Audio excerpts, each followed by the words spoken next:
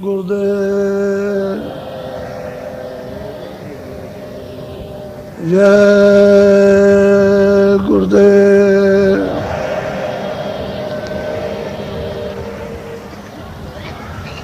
जय गुरुदेव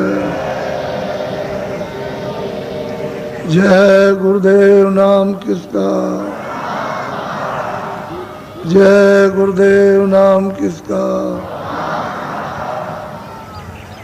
जय गुरुदेव नाम किसका सत्य गुरु सत्य नाम तुमको लाखों प्रणाम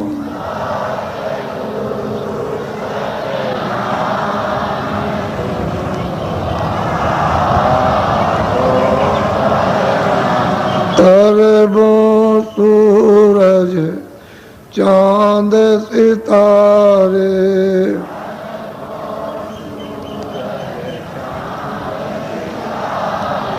रोम रोम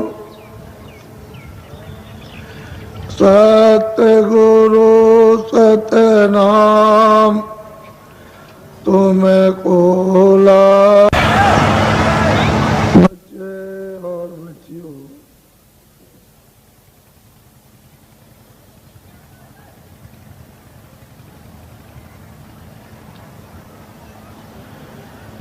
सतपुरुष ने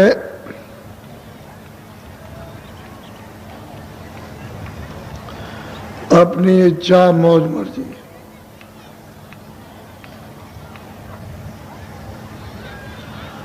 उसने ये सब विस्तार किया। उसमें से एक आवाज निकली,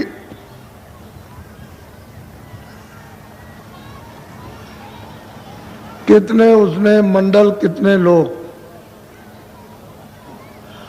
अनंतों लोक और अनंतों मंडल। उस आवाज ने बना करके तैयार कर दिया, यहां से लेकर वहां तक ये सब बना बनाया। उस मालिक की मौज मर्जी। एक दो लोक, एक दो ब्रह्मांड, वो नहीं, वो तो अनंत हो, उसकी गिनती हो ही नहीं सकती। और वो जो है अपार है, अथाह।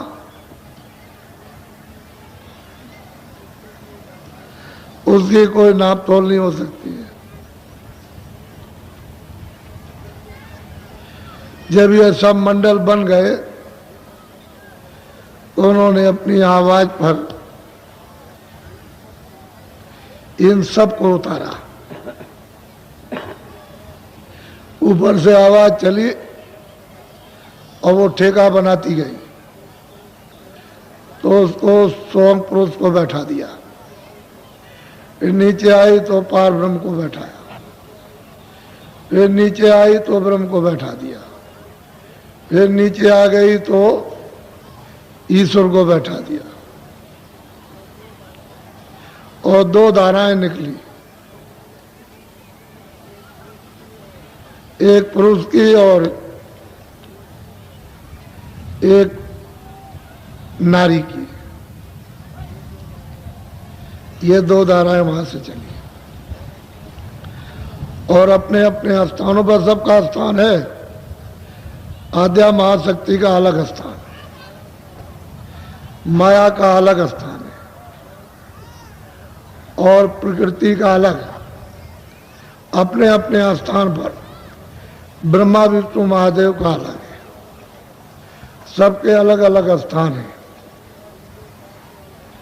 इनके साथ जो अर्धांगिनी है वो अलग अलग, पार्वती है, लक्ष्मी है, सावित्री, ये अलग है। उसी धार पर उतार करके ले आए सब और इनको वहां बैठा दिया। उससे ये पता चलता है कि इतनी तेजी से ये अनंतों मंडल सतलोक को छोड़कर के अगम लोक, अलग लोक को, अगम लोक को और अनामी धाम को छोड़कर ये नीचे के सब के मंडल देखो इधर, इस तरह से सब चक्कर मार रहे। इतनी तेज रफ्तार से चक्कर लग रहा कि उसका यहाँ कोई यंत्र नहीं है पैमाइश करने का कि वो कितने चक्कर लग रहे होंगे एक सेकंड के अंदर, एक क्षण के अंदर। इस तरह से ये सब घूम रहा, ये आपका पूरा मृतलोक घूम रहा, पूरा का पूरा, सब का सब, ये सब घूम रहा है। ये सूरज, चांद, जो जमीन, आसमान, ये सब के सब घूम रहे हैं। तो जब वो घूम रहा तब नहीं पता चलता, क्योंकि जब घूमेगा तो पूरा इधर आ गया, तो इधर आ गया, फिर इधर आ गया, तो जिधर उधर सूरज उधर आ गया, पूरब में आ गया तो इधर, तो इसलिए पता नहीं चलता। पूरे के पूरे स्वर्ग वैकुंठ घूम चक्कर लगा रहे, घूम रहे उस धुरा के ऊपर में, पूरा का पूरा ब्रह्मांड उसी पर ऐसे घूम रहा है ऐसे। और पार ब्रह्मांड पूरा घूम रहा और उसके परे सब घूम रहा है उस तरह से। ये पता चलता है कि ये मालिक की कैसी अद्भुत अर्वचनीय रचना। तो उन्होंने जिस धुरा पर बैठाया वो सब का सब घूम रहा, ईश्वर भी घूम रहे ऐसे और ब्रह्म भी ऐसे घूम रहे और पार ब्रह्म भी इस तरह से घूम रहे और महाकाल पुरुष भी बचने वाला कोई, सब उसी पर झूला झूल रहे। अब उसी रास्ते से आपको उतारा गया, रास्ता भी दूसरा नहीं था उतारने का, वही रास्ता था, क्योंकि उसी आवाज से उतारे जाओगे। आपको उतार करके आवाज दर आवाज, यानी आवाज स्थान दर स्थान, एक स्थान से दूसरे, दूसरे से तीसरे उतार करके लाया गया यहाँ पर ले आए यहाँ। तो जो अपने स्थान पे बैठे वहां कभी नहीं आते। ईश्वर जो बैठे हुए हैं सहदल कमल में, वो यहाँ कभी ना आए ना कभी आएंगे, क्योंकि अपना स्थान छोड़ ही नहीं सकते। वो ना ऊपर जा सकते ना नीचे, वहीं रहेंगे, वो कुछ नहीं।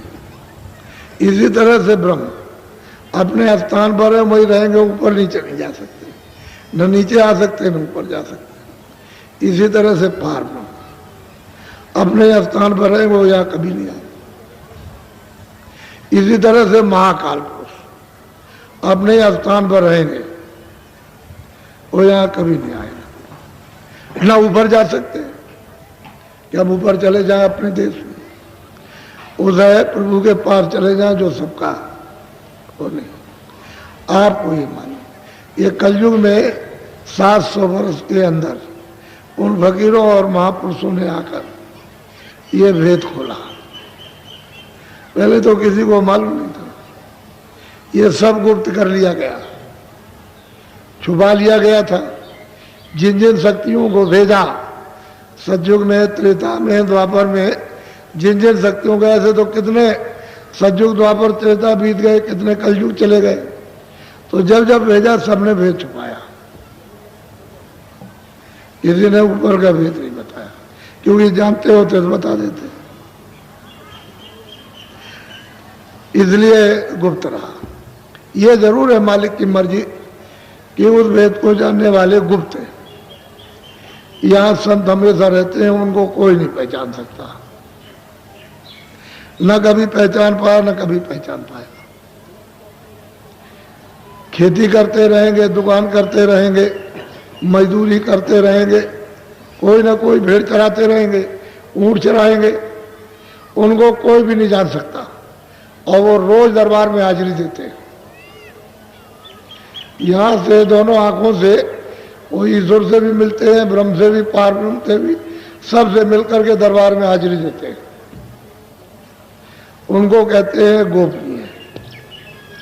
जब हाथ में सुरतें उतारी गई थी तो उनको भेजा गया था। वो हमेशा रहेंगे। उनसे यानी पृथ्वी कभी खाली नहीं हुई। जब तक एक सूरत भी रह जाएगी तब तक वो यहाँ रहेगी। ऐसा उस मालिक का उनको, लेकिन पहचान कोई नहीं सकता, क्योंकि न तो वो कोई उपदेश करते, न वो कोई रास्ता बताते। भाई इतना ही जान सकते हो, सिर्फ इतना ही कि बहुत सीधे हैं, बस सीधे हैं, साधे हैं, बहुत साधे हैं, बहुत सीधे हैं। उनको ऐसा रहता है कि किसी से कोई मतलब नहीं, किसी से भी कोई मतलब नहीं, और उनमें कोई जकड़ नहीं रहती है। बस वो एक निमित्त मात्र कोई ना कोई काम करते रहेंगे बस। और उनको ये कितने युग बीत गए, कितने कल बीत गए।